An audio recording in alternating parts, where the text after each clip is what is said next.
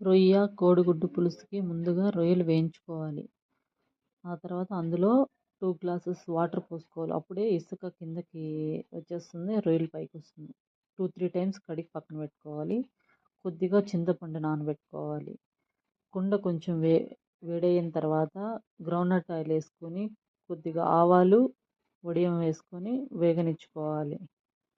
అవి 2 కొద్దిగా వేగిన తర్వాత పచ్చిమిర్చి వేసుకోవాలి. మీకు కారప్పొడిలో కారం ఎక్కువ ఉంటే పచ్చిమిర్చి వేసుకోవాల్సిన అవసరం లేదు.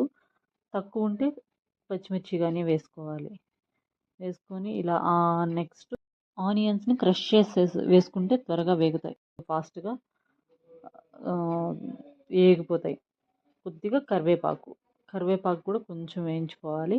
ఆ తర్వాత మునక్కాయ, టమాటో వేసుకొని 2 మిక్స్ అయ్యేట్లు కలుపుకొని కొద్దిగా ఉప్పు, పసుపు వేసుకుంటే ఫాస్ట్గా వేగిపోతాయి. టమోటా త్వరగా మెత్తబడిపోతుంది. సో అవి 2 వేసుకొని బాగా మిక్స్ చేసుకొని కొద్దిసేపు మూత పెట్టి వంకాయలు ఇట్లా గుత్తులుగా కోసుకోవాలి. పైన బుడుపు చాలా బాగుంటుంది తినేదానికి. దాన్ని మిస్ చేయబాకండి, అది కూడా తినండి. వంకాయలు ఆ విధంగా గుత్తులుగా కట్ చేసుకునేటప్పుడు లోపల పుచ్చులు చూసుకొని కట్ చేసుకోండి, టేస్ట్ బాగుంటుంది.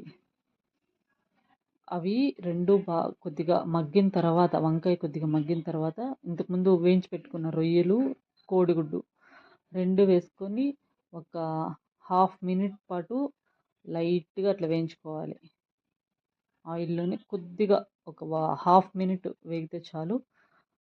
వేగాక కొద్దిగా చింతపండు, ఇంతకుముందు చూపించాను కదా చింతపండు, ఆ చింతపండు జ్యూస్ వేసేయాలి. వేసి మిక్స్ చేసుకోవాలి. నెక్స్ట్ మిరప్పొడి వేసుకుంటున్నాను. 2 స్పూన్స్ మిరప్పొడి వేసుకోవాలి, సరిపోతుంది. అవి 2 మిక్స్ అయిన తర్వాత కొద్దిగా ఇది ఫిష్ పౌడర్, ఇది 1 టేబుల్ స్పూన్ వేసుకున్నాను.